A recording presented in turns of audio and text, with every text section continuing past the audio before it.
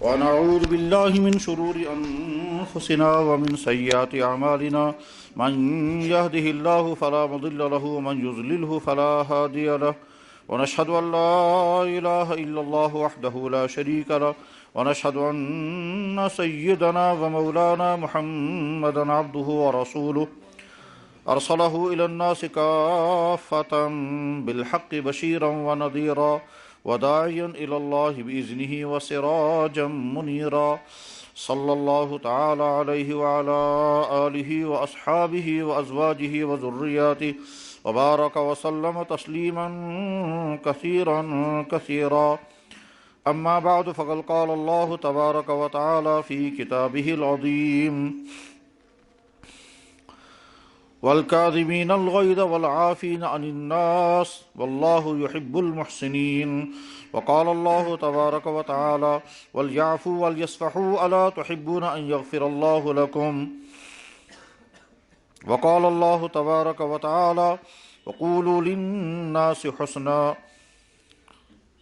صدق الله مولانا العظيم وصدق رسوله النبي الكريم ونحن على ذلك لمن الشاهدين والشاكرين والحمد لله رب العالمين يا رب صل وسلم دائما أبدا على حبيبك خير الخلق كلهم مولاي صل وسلم دائما أبدا على حبيبك خير الخلق كلهم مولاي صل وسلم دائما أبدا على حبيبك خير الخلق كلهم سلام على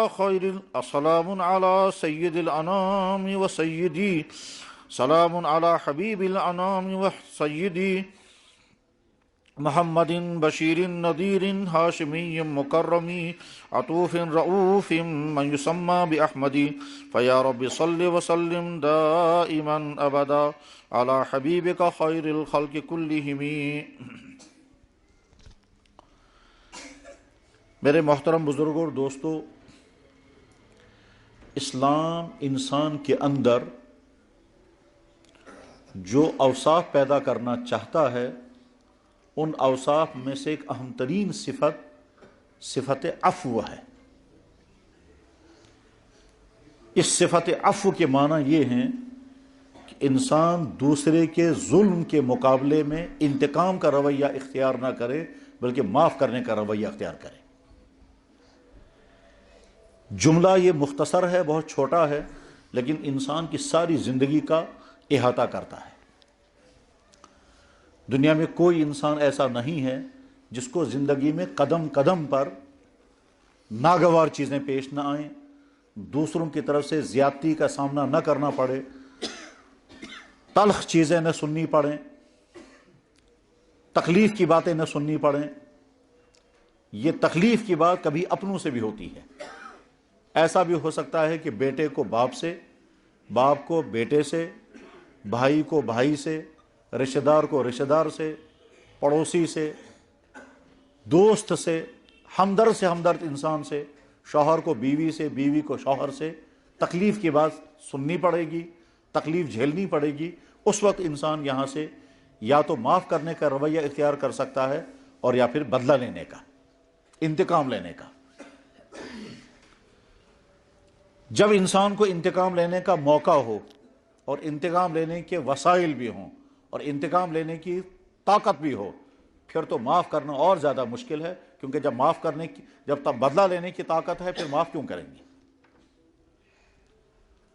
دنیا میں پریشانیوں کی ایک بہت بڑی وجہ یہی ہے، چاہے وہ انسان کی انڈیویجول زندگی ہو، چاہے قوموں کی زندگی ہو.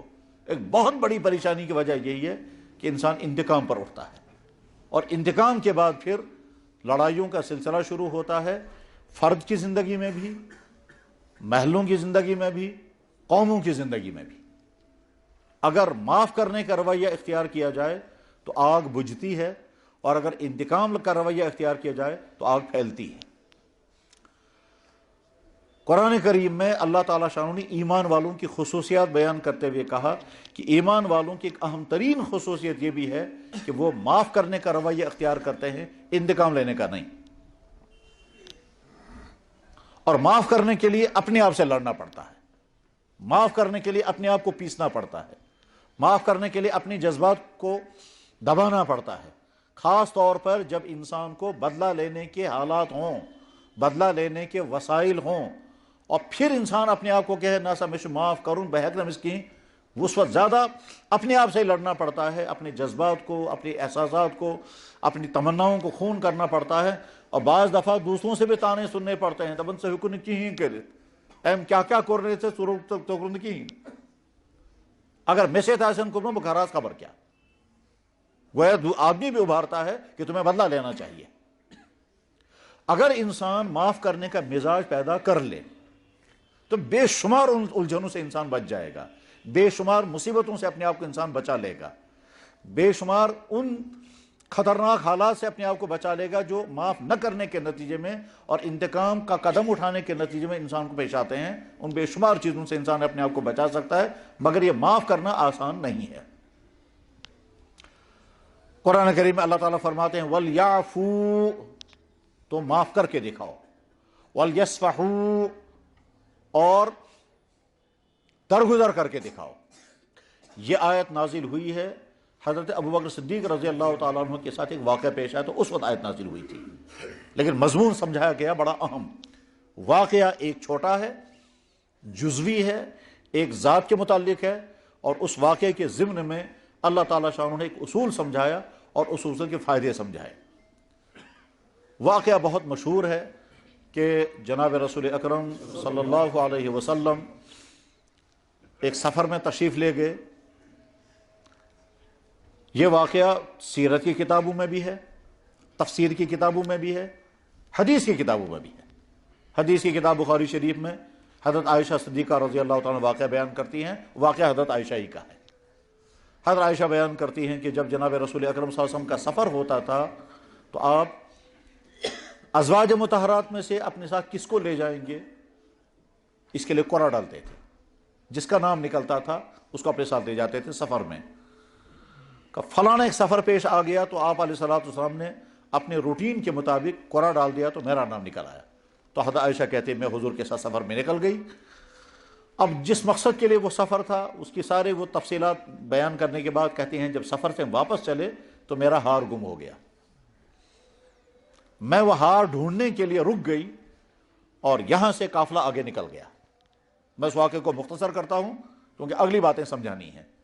میں ہار ڈھونڈنے کے لیے وہ جھاڑیوں میں ہار ڈھونڈ رہی تھی کیونکہ وہ قضائے حاجت کے لیے تشریف لے گئی تھی اور وہاں جھاڑیوں میں ضرورت پوری کر رہی تھی۔ وہاں سے جب نکلی تو ہار جھاڑیوں میں اٹک گیا اور ہار گر گیا۔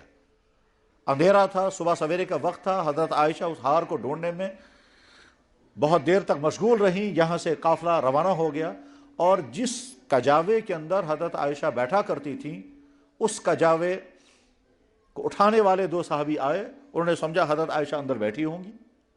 انہوں نے دو تین آدمیوں نے وہ کجاوا اٹھایا اور اونٹ پر رکھ دیا۔ ان کو اندازہ ہی نہیں ہوا کہ اندر کجاوا خالی ہے۔ حضرت عائشہ کہتی ہیں اس زمانے میں ہمارا جسم بالکل مختصر سا تھا، اس لیے اٹھانے والوں کا اندازہ بھی نہیں ہو سکا یہ خالی ہے۔ انہوں نے سمجھا کہ حضرت عائشہ اندر بیٹھی ہوں گی، انہوں نے کجاوا اٹھا کر اونٹ پر رکھ دیا اور قافلہ روانہ ہو گیا۔ ہار ڈھونڈنے کے بعد جب وہ واپس پہنچی ہیں تو وہاں دیکھا کہ قافلہ جا چکا ہے۔ اس لیے حضرت عائشہ رضی اللہ تعالیٰ کہتی ہیں میں نے سوچا کہ مجھے یہی انتظار کرنا چاہیے، یہاں سے آگے مجھے نہیں آنا چاہیے، کیونکہ آگے چل کر جب جناب رسول اکرم صلی اللہ علیہ وسلم کو پتہ چلے گا کہ عائشہ تو سفر ہمارے ساتھ نہیں ہے، وہ پیچھے رہ گئی ہیں، تو وہ آدمی بھیج دیں گے اور مجھے یہاں سے اپنے ساتھ لے جائیں گے۔ حضرت عائشہ کہتی ہے میں وہیں رک گئی، قافلہ آگے نکل گیا۔ جناب رسول اکرم صلی اللہ علیہ وسلم کا معمول یہ تھا کہ جب قافلہ روانہ ہو جاتا تھا تو کسی آدمی کو پیچھے رکھتے تھے تاکہ قافلے کی کوئی گری پڑی چیز اٹھا کر کے لے آئیں۔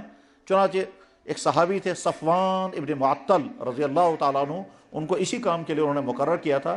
صفوان ابن معطل اس میدان میں پہنچے یہ دیکھنے کے لیے کہ قافلہ نکل چکا ہے، قافلے کی کوئی چیز یہاں گری تو نہیں ہے۔ تو قافلے کی کوئی چیز تو وہاں گری ہوئی نہیں تھی، لیکن ان کو محسوس ہوا کہ وہاں کوئی آدمی لگتا ہے سویا ہوا ہے۔ وہ نزدیک آئے، جب نزدیک آئے تو ان کا ایک آدمی سویا ہوا لگتا ہے، یہ کون ہے؟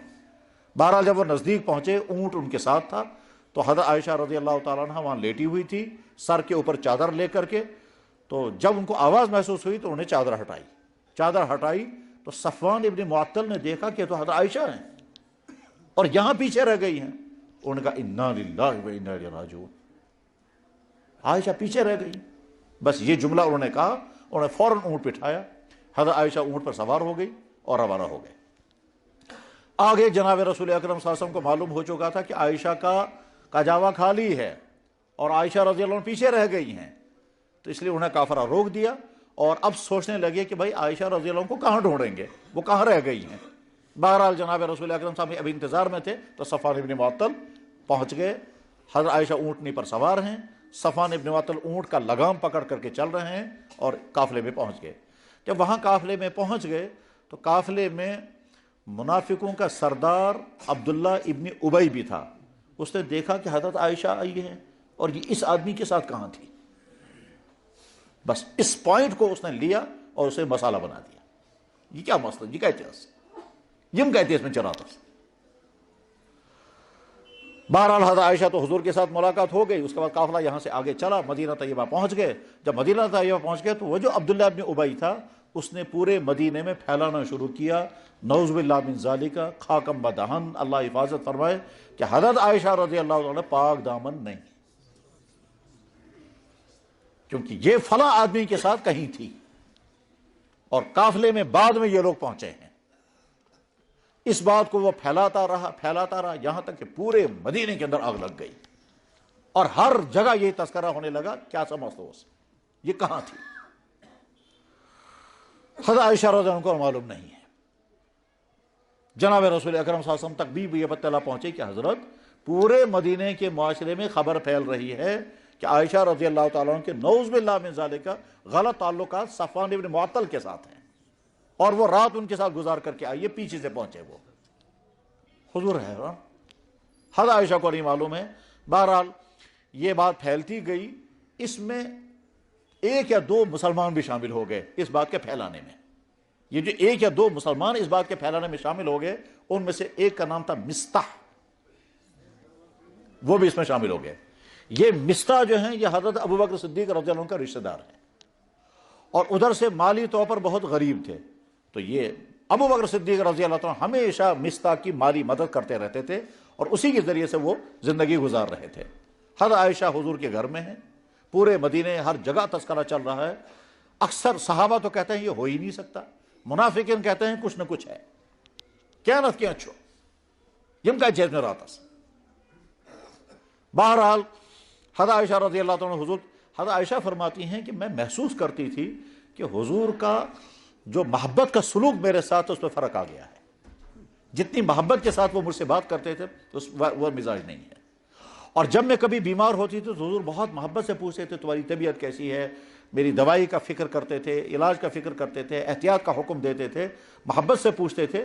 لیکن ان دنوں میں میری طبیعت کچھ ناساز بھی ہو گئی تو حضور نے دلچسپی پوچھا ہی نہیں. دوسروں سے پوچھتے تھے امس کیا حال آج, کئی فتیق, یہ امس کیا دلیل, اس کا کیا حال ہے. تو میں سمجھتی تھی کہ حضور کو کچھ ناراضگی ہے, مگر کیا ناراضگی ہے مجھے معلوم نہیں تھا. جب کئی دن گزر گئے تو میں نے حضور کی خدمت میں اطلاع کر دی کہ حضرت تلدیوں میں اجازت بگشت المال, پھر میں ماں باپ کے گھر چلی جاؤں گی. حضور نے کہا ٹھیک شکاس.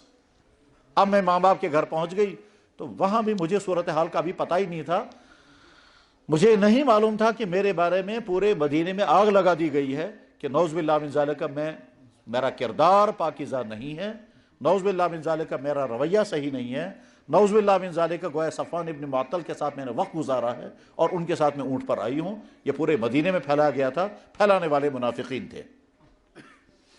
اس میں وہ مستح بھی تھے, مستح نام کا صحابی جو حضرت ابو بکر صدیق رضی اللہ عنہ کے رشتہ دار بھی تھے. حضرت عائشہ صدیقہ رضی اللہ عنہ کہتی ہیں کہ ایک دن ہم نے ارادہ کیا کہ رات کو باہر نکلنا ہے ضرورت کے لیے. رات کا وقت تھا, یہ باہر نکلی ہیں ضرورت کے لیے. ان کے ساتھ ایک دوسری عورت تھی, اس عورت کا نام, وہ عورت تھی مستح کی والدہ. یہ جو آگے نکل گئے تو چلتے چلتے مستح کا وہ جو مستح کی والدہ تھی, اس والدہ کا پاؤں کپڑے کے ساتھ پھنس گیا اور گر گئی, اپنے ہی کپڑے کے ساتھ پاؤں اٹک گیا اور وہ گر گئی. اور گرنے کے بعد وہ کیا کہتی ہے, کہتی ہے تعس یا مستح, اور مستح سک جان مرگس. ماں گر گئی اپنے کپڑے سے پھنس کر کے اور بددعا دی اس نے اپنے بیٹے مستح کو، اور مستح کو جان مرگ گسن۔ حضرت عائشہ کہتی ہیں اس سے کیا ہوئی؟ صرف بتا مستح کو تھا اصل انسان وہ کتنے اچھے انسان ہے، تو نے تیرا بیٹا ہے اور بدر کا صحابی ہے، تو نے کیوں اس کو برا بلا کہا؟ تو اس کے والدہ نے کہا یا ہنتا او گبری چشیا پتا حالات کیا چھے؟ تو کیا حالات چھے؟ کہا تمہارے بارے میں پورے مدینے میں خبر پھیل رہی ہے کہ تم نے یہ کیا ہے،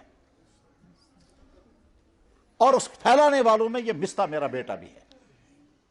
حضرت عائشہ کہتی ہے میرے تو پاؤں سے زمین نکل گئی، میں تو سوچ بھی نہیں سکتی تھی۔ اب میں اپنی بیماری بھول گئی، اور واپس جب آئی تو میں نے رونا شروع کیا، خدایا یہ کیا؟ کہا میرے آنسو نہ رات کو رکتے ہیں نہ دن میں رکتے ہیں، میں تو نہ نیند ہے نہ بھوک ہے نہ کچھ ہے، صرف رونا اور کوئی راستہ میرے پاس نہیں ہے۔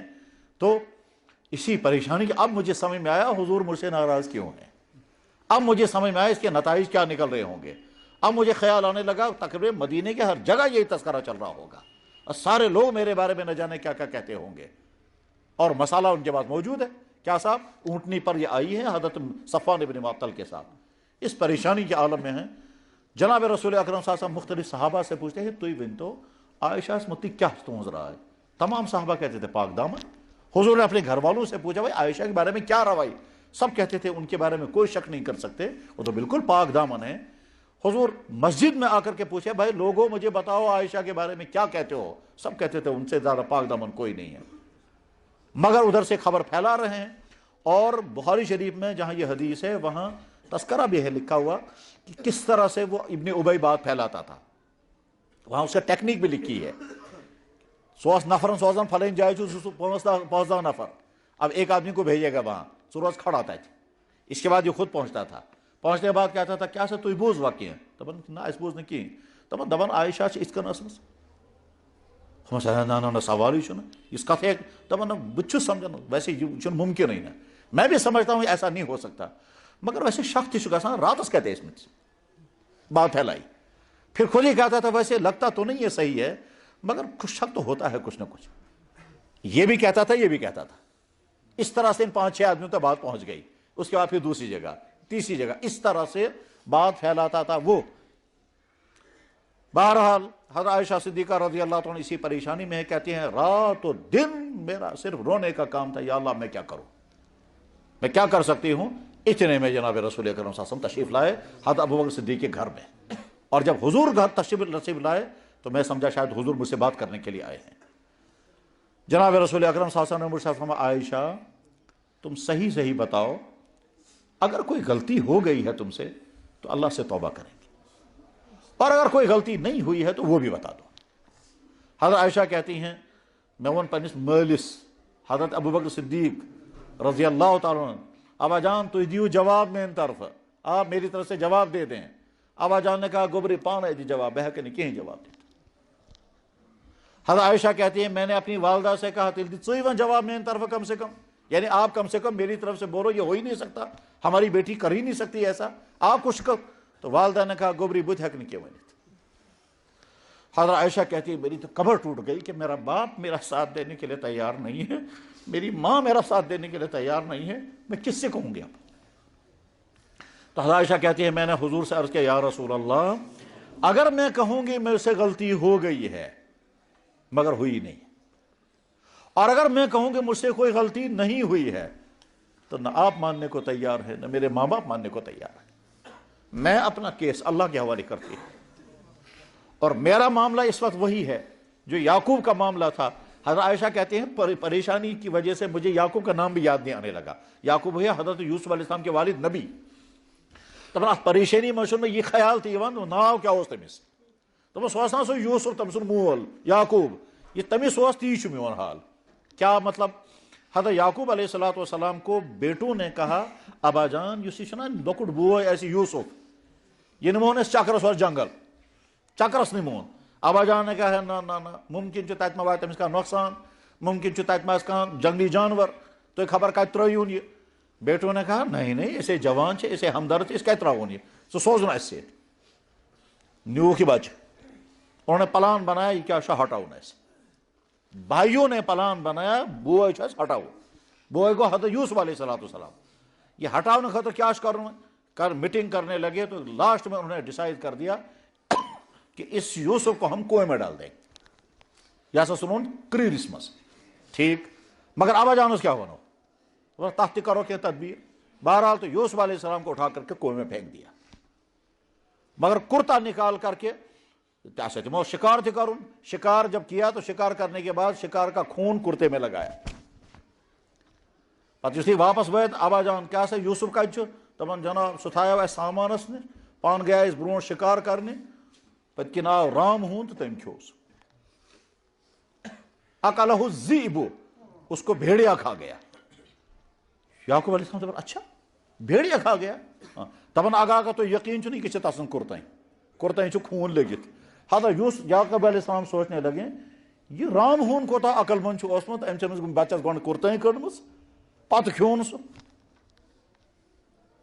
یعقوب علیہ السلام کو فوراً سمجھ میں آ گیا سب جھوٹ ہے مگر اگر ونکھ تُہۍ چھُو اپُز ونان تہٕ پوٚز کُس وَنہِ تو حضرت یعقوب علیہ السلام نے اس وقت کہا تھا یا اللہ معاملہ کوٚر مےٚ ژےٚ حوالہٕ فصبر جمیل میں صبر جمیل کرتا ہوں اور میرے پاس کوئی اگر بہٕ ونہٕ اہن سا رام ہوٗن چھُ کھیوٚمُت مگر یہ کُرتن کِتھ کٔنۍ روز تیٚلہِ اگر بہٕ ونہٕ رام ہوٗن چھُنہٕ کھیوٚم تو بچہ کہاں گیا میرا بہٕ ہٮ۪کہٕ نہٕ وۄنۍ کِہیٖنۍ فٲصلہٕ کٔرِتھ میں اپنا کیس اللہ کے حوالے کرتا ہوں حضرت عائشہ کہتے ہیں میں آؤ تمی جو ہے ذہنس منٛز اگر میں یہ کہوں کہ مجھ سے غلطی ہوئی ہے مگر ہوئی تو ہے نہیں میں پاک دامن ہوں یہ ماننے کو تیار نہیں اور اگر میں کہوں کہ غلطی نہیں ہوئی ہے تو یہ ماننے کو تیار نہیں اگر کہوں کہ غلطی ہوئی ہے مگر ہوئی نہیں تو میں نے اپنا معاملہ اللہ کے حوالے کر دیا فصبر جمیل میں صبر جمیل کرتی ہوں حضرت عائشہ رضی اللہ تعالیٰ کہتی ہیں یہ میں نے کہا اور میں نے کروٹ لے کر کے ادھر سے بیمار بھی تھی کروٹ لے کر کے لیٹ گئی خدا میں قرب پانون کیس آپ کے حوالے کر دیا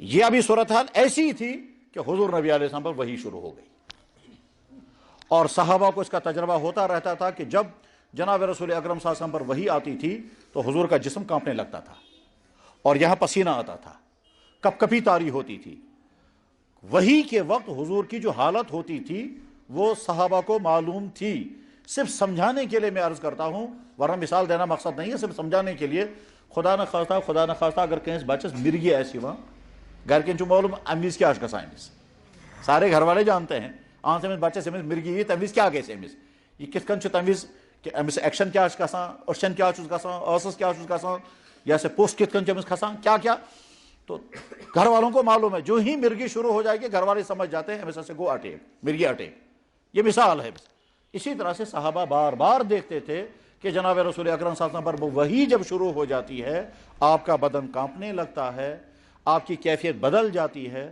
آپ کا جسم کا وزن بہت بڑھ جاتا ہے حتیٰ کہ اونٹنی پر اگر بیٹھے ہوں گے تو اونٹی بیٹھ جاتی ہے وہ کھڑی نہیں رہ سکتی یہاں تک کہ بخاری شریف میں یہ حدیث ہے کہ وحی کے دوران حضور اکرم صلی اللہ علیہ وسلم کا گھٹنا ایک صحابی کی ٹانگ کی طرف لگ گیا تو صحابی کہتا ہے میں اس باساں پور پہاڑ چمے زنگی پیٹ مجھے لگتا انترد فخذی زید ابن ثابت کہتے ہیں مجھے ایسا لگتا تھا کہ حضور کا گھٹنا میری ٹانگ کے اوپر تھا مجھے ایسا لگتا تھا میری ٹانگ ابھی ٹوٹ جائے گی اتنا بار اس وقت ہوتا تھا جس وقت حضور کو وحی آتی تھی بہرحال حضرت عائشہ رضی اللہ تعالیٰ کہتی ہیں کہ میں نے دیکھا حضور کی طرف تو حضور کا چہرہ بدل چکا تھا کپ کپی آ رہی تھی پسینہ آنے لگا تھا میں سمجھ گئی وحی شروع ہو گئی حضرت عائشہ کہتے ہیں میں آپ ذہنس من اللہ تعالیٰ فرمائے حضورن کہ عائشہ پاک دامن ہے گھبرانے کی بات نہیں بس یہ انداز یا اس میں انداز حضور کو خواب میں دکھایا جائے گا میں پاک دامن ہوں بہرحال حضور اسی حالت میں ہیں تھوڑی دیر ہو گئی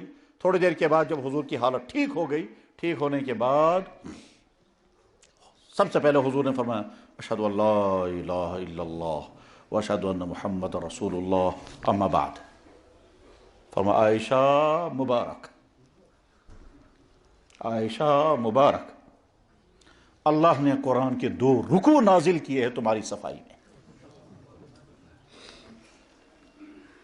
حضرت عائشہ کہتے ہیں بہ ہیکان تصور تہ کرت کہ اللہ تعالیٰ سوزا آیت مے متعلق یم آیت قیامتس تام ین پرن یہاں تلاوت آئے قیامتس تام چلان بس زیادہ سا سمجھن خواب میں اللہ تعالیٰ فرمائیں گے عائشہ پاک ہے گھبرانے کی بات نہیں بس زیادہ سے زیادہ یا اللہ تعالیٰ وہی بھیج دیں گے مگر وہ قرآن کی آیت نہیں ہوگی بہ ہیکان تصور تہ کرت کہ اللہ تعالیٰ شانہ قرآن کی آیتیں بذریعے وہی اتاریں گے اور وہ آیتیں قیامت تک پڑھی جائیں گے. سورہ نورس میں تم ضرور کو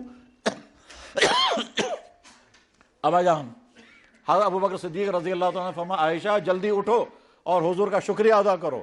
تم بھی حضرت عائشہ تم بکار کیسن شکر ادا بکار خدا سن شکر ادا کیسن شکر مطلب کو گیا میں اس وقت حضور کا بھی شکر ادا نہیں کرتی. یہ بیوی کا ناز، یہ ناز آ گیا اس وقت. اس کے بعد سے اللہ تعالیٰ شاہ نے آیت بھیجی جن لوگوں نے تہمت لگائی ان کو سزائیں لگاؤ. عائشہ بالکل پاک دامن.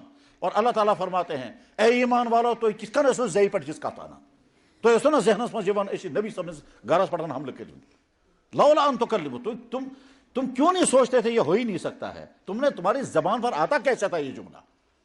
اور جن لوگوں نے یہ تہمت لگائی ان کو سزائیں دینی ہیں. اب جب سزاؤں کا اعلان ہو گیا تو درے لگنے لگے. جن لوگوں نے یہ تہمت لگائی ہے آپ نے سنا سو مستح تھے. مستح کو ابو بکر صدیق رضی اللہ تعالیٰ سے رشتہ دار سو لڑکا ادھر سے وہ تھا صحابی مگر غلط فہمی مز آو سٹ ولن تم دون ہے کہنا کہاں سا ایس یہ راتس کتس مز چیز ات چھکینس کی وجہ دال میں کالا کچھ نہ کچھ امی قسم جملہ آسان تم تہ ونمت. تو یہ جو صورتحال پیدا ہوئی اس صورتحال کے بنا پر گویا مستح بھی ان لوگوں میں شامل ہو گئے جو لوگ اس غلط خبر کو پھیلا رہے تھے. لہذا اس کو بھی سزا لگنے والی ہے.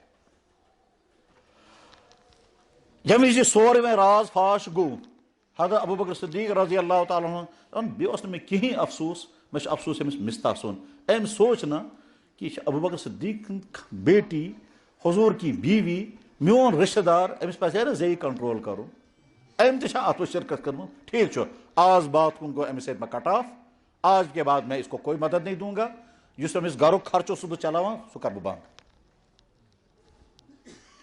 یہ ارادہ کیا اعلان نہیں کیا ابھی ارادہ کیا ام کور ارادہ امس ہسا آج جی بہ کیا امس مدد اس کران سہ مدد کرنا بہ. اب وقت گئی آیت نازل اے ایمان والو مخاطب ابو بکر صدیق ہے ٹھیک ولا یأتل اولو الفضل منکم والسعة ان یؤتوا اولی القربى والمساکین الا تحبون ان یغفر اللہ لکم کہ ولیعفوا ولیصفحوا الا تحبون ان یغفر اللہ لکم.